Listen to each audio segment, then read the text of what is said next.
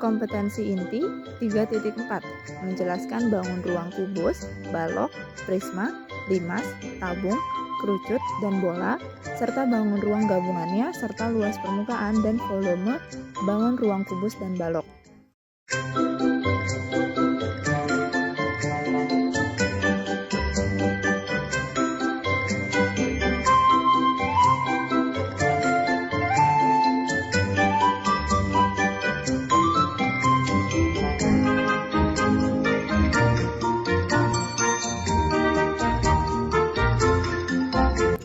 Alkisah pada zaman dahulu kala, terdapat sebuah kerajaan yang dipimpin oleh raja yang bernama Sungging Perbangkara. Ia mempunyai seorang putri yang bernama Dayang Sumbi. Seiring berjalannya waktu, Dayang Sumbi tumbuh menjadi gadis yang cantik dan membuat para pangeran dan raja jatuh cinta. Demi menghindari pertengkaran para pangeran dan raja, Dayang Sumbi pergi menyendiri ke sebuah pondok di tepi hutan.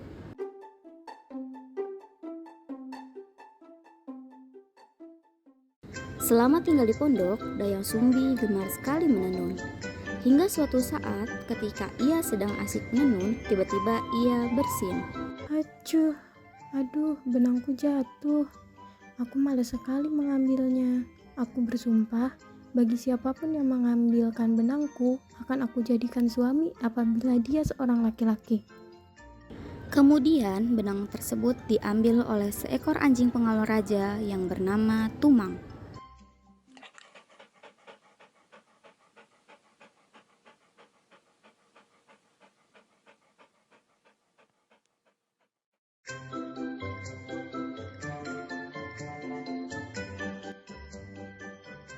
Betapa terkejutnya Dayang Sumbi saat Tumang berubah menjadi manusia. Tumang menceritakan bahwa ia adalah jelmaan seorang dewa.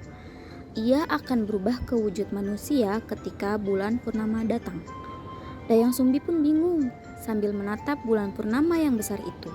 Mengapa bisa seekor anjing berubah menjadi manusia? Dayang Sumbi menatap bulan purnama itu dalam keadaan bingung.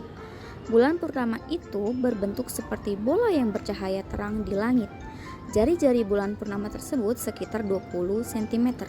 Lalu ia berpikir, berapa volume bulan purnama tersebut? Bulan tersebut berbentuk bola dengan jari-jari 20 cm.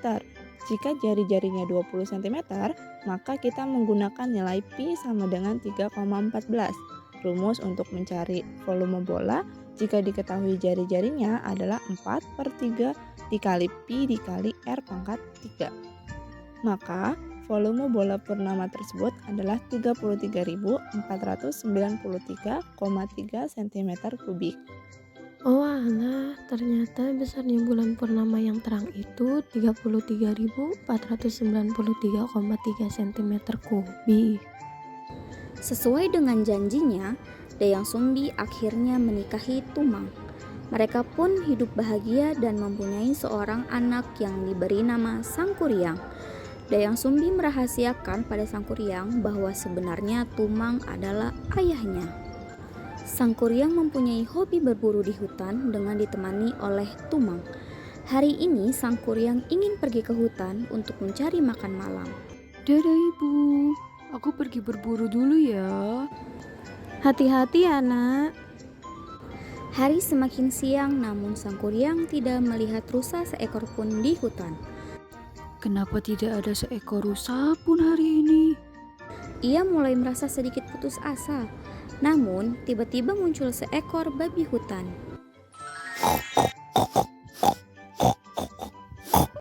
Lihat itu Tumang, ada seekor babi hutan di sana. Itu bisa menjadi makan malam untuk kita. Cepat kejar babi itu Tumang. Tumang mengejar babi itu sampai masuk ke dalam hutan.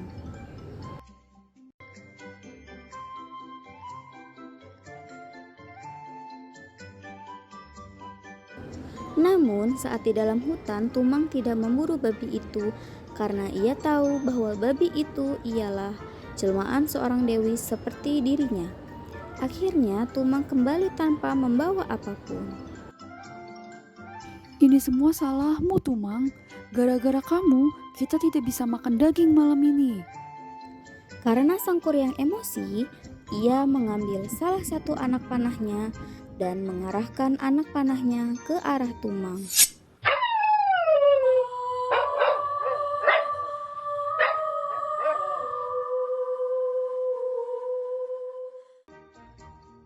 Sang kuryang pun berlari menuju ke rumah setelah selesai berburu di hutan.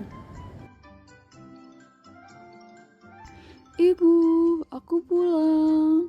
Lihat apa yang aku bawa. Wah, dagingnya besar sekali. Akan ibu masakan untuk kita dan Tumang. Oh iya, di mana Tumang? Maafkan aku, Ibu. Sebenarnya daging ini adalah Tumang. Astaga sang kuryang, apa yang kamu lakukan pada Tumang, nak? Dayang Sumbi sungguh marah saat mendengar penjelasan sang kuryang. Tanpa sengaja ia memukul dahi sang kuryang dengan sendok nasi hingga sang kuryang terluka dan tidak sadarkan diri. Dayang Sumbi terkejut melihat apa yang baru saja ia lakukan. Dengan berlinang air mata, ia pun pergi meninggalkan sang kuryang sendirian di pondok.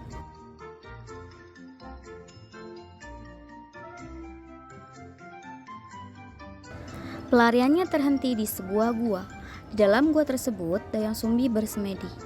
Di dalam gua yang gelap, Dayang Sumbi melihat-lihat sekitar dan bertemu dengan para dewa. Para dewa tersebut memberikan hadiah kepada Dayang Sumbi, yaitu sebuah kecantikan yang abadi. Dayang Sumbi melihat gua itu berbentuk setengah tabung secara horizontal. Diameter tabung tersebut adalah 28 meter. Dan tinggi yang nampak adalah 50 meter. Tabung yang dilihat oleh Dayang Sumbi memiliki diameter 28 meter. Maka untuk mencari jari-jarinya adalah dengan membagi dua nilai diameter tersebut. 28 meter dibagi 2 sama dengan 14 meter dan tingginya adalah 50 meter. Lalu Dayang Sumbi berpikir, kira-kira berapakah luas permukaan dari gua tersebut? Untuk mencari luas permukaan tabung, kita dapat menggunakan rumus 2 kali Pi dikali R dikali R tambah T. Karena gua tersebut berbentuk setengah tabung, maka rumusnya menjadi Pi R dikali R tambah T. Lalu kita dapat memasukkan nilai Pi sama dengan 22/7 dan R sama dengan 14 meter dan tinggi sama dengan 50 meter. Maka diperoleh luas dari gua tersebut adalah 2816 meter persegi. Sementara itu, sang kuryang sudah sadarkan diri. Ia pun pergi mencari ibunya, namun nihil. Ibunya tidak ada di mana-mana. Akhirnya, sang kuryang pergi meninggalkan rumah karena kecewa kepada ibunya yang lebih menyayangi Tumang dibandingkan dirinya. Dalam perjalanannya, sang kuryang bertemu dengan seorang petapa sakti dan ia pun berguru kepadanya. Seiring berjalannya waktu, sang kuryang kecil tumbuh menjadi sesosok pemuda yang gagah.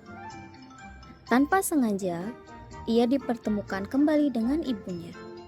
Namun, keduanya tidak saling mengenal satu sama lain. Halo gadis cantik, bisakah aku membantumu? Ah, terima kasih pemuda. Demikianlah akhirnya sang kuryang dan Dayang Sumbi bertemu kembali dan kemudian saling mencintai. Jeruk ini sangat cantik, secantik orang yang memetiknya. Hahaha, kamu bisa saja. Bisakah kita beristirahat dulu sebentar gadis cantik? Bagaimana kalau kita beristirahat di pohon itu? Mereka pun beristirahat di bawah pohon sambil Dayang Sumbi memakan jeruk yang baru saja ia petik tadi. Seraya mengupas kulit buah tersebut, Dayang Sumbi pun berpikir jeruk ini memiliki diameter sebesar 10 cm. Sehingga, berapakah luas permukaan dari jeruk tersebut? Untuk mencari luas permukaan jeruk yang berbentuk bola, kita dapat menggunakan rumus 4πr pangkat 2 atau 4πr kuadrat. Jari-jari dari jeruk tersebut adalah 5 cm dan nilai pi yang digunakan adalah 3,14. Dengan menggunakan rumus luas permukaan bola, maka diperoleh luas dari jarum tersebut adalah 314 cm persegi.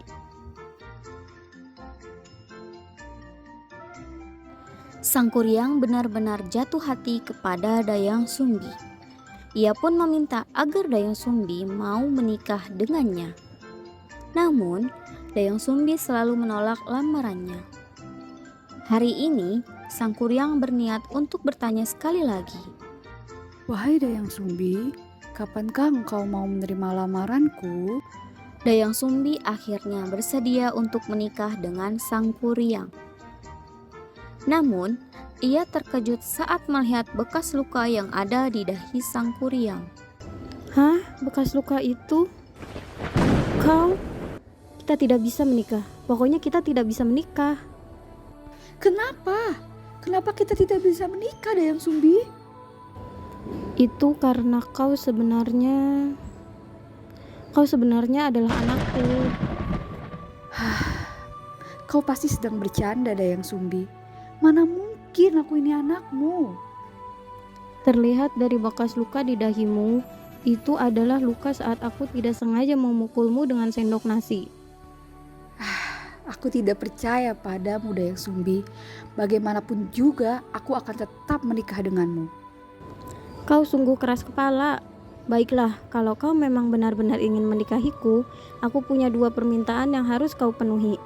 Buatkan aku sebuah perahu besar dan bendungan dalam waktu 1 malam saja. Baiklah, aku akan mewujudkan semua keinginanmu agar kita tetap bisa menikah. Sang Kuryang menyanggupi permintaan dari Dayang Sumbi yang menginginkan sebuah perahu. Tanpa diketahui oleh Dayang Sumbi, Sang Kuryang yang sakti mampu memanggil jin untuk mewujudkan permintaannya. Ia memerintahkan para jin untuk membangun perahu dan waduk malam ini juga. Perahu yang akan dibuat Sang Kuryang adalah perahu berbentuk prisma dengan alas trapesium. Maka, berapakah volume dari perahu tersebut? Perahu tersebut memiliki luas alas yang berbentuk trapesium sebesar 120 desimeter persegi dan tinggi dari perahu tersebut adalah 180 desimeter. Untuk mencari volume dari prisma, kita dapat mencari dengan menggunakan rumus luas alas dikali tinggi. Maka volume dari perahu yang dibuat Sang Kuryang dan para jin adalah 21.600 desimeter kubik.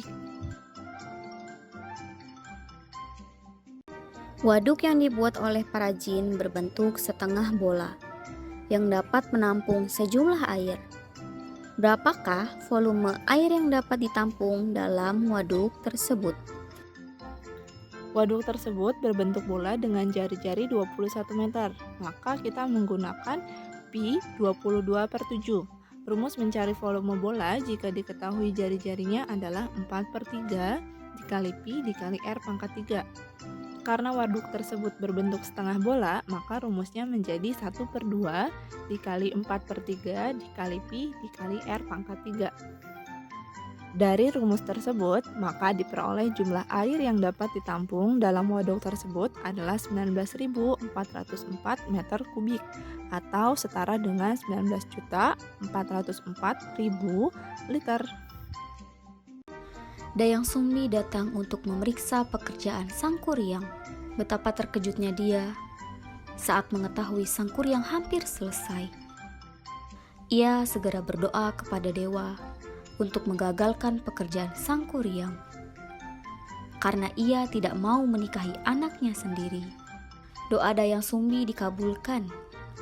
Malam itu tiba-tiba berjalan dengan cepat sekali. Matahari tiba-tiba muncul dan para jin pun kabur meninggalkan perahu yang belum selesai. Kau tidak bisa memenuhi permintaanku. Kita tidak bisa menikah. Tidak. Sang Kuryang pun marah dan menendang perahu tersebut hingga jatuh terbalik. Semakin lama perahu tersebut terbentuk oleh tanah dan menjadi sebuah gunung. Gunung itu kini dikenal sebagai Tangkuban perahu yang berarti perahu yang terbalik. Volume adalah banyaknya isi dari sebuah bangun ruang, sedangkan luas permukaan adalah hasil penjumlahan dari luas yang menyelimuti suatu bangun ruang. Bangun ruang yang biasa dihitung dalam permasalahan matematika adalah kubus, balok, prisma, limas, tabung, kerucut, dan bola.